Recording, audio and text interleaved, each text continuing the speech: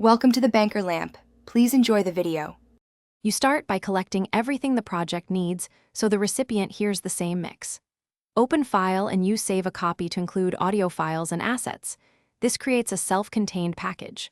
Once done, enable the Assets folder and check Sampler and EXS instruments for external samples. Then consolidate or bounce MIDI-heavy tracks to audio to reduce plugin dependency and file size. This prevents missing files and speeds transfer, which is why you prepare before sharing. Next, you ensure the project can be opened without missing sounds.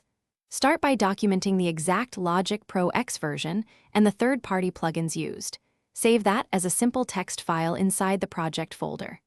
If plugins are unavailable, bounce those tracks to audio or swap with Logic stock instruments so mixes remain intact. Once done, consider exporting stems or using track stacks to flatten complex routings. This gives the recipient multiple ways to reconstruct. Finally, you export and send the prepared package. Compress the project folder to ZIP or use a cloud transfer service. AirDrop is fine for small sessions, but use Dropbox or WeTransfer for large libraries. Make sure to include a README with Logic version, BPM, sample rate, and any plugin notes so the other person knows what to expect. After sending, ask them to open and confirm everything loads. If problems appear, check missing assets or plugin mismatches first as the key troubleshooting step. Thanks for watching. If this was helpful, leave a like and consider subscribing. See you next time.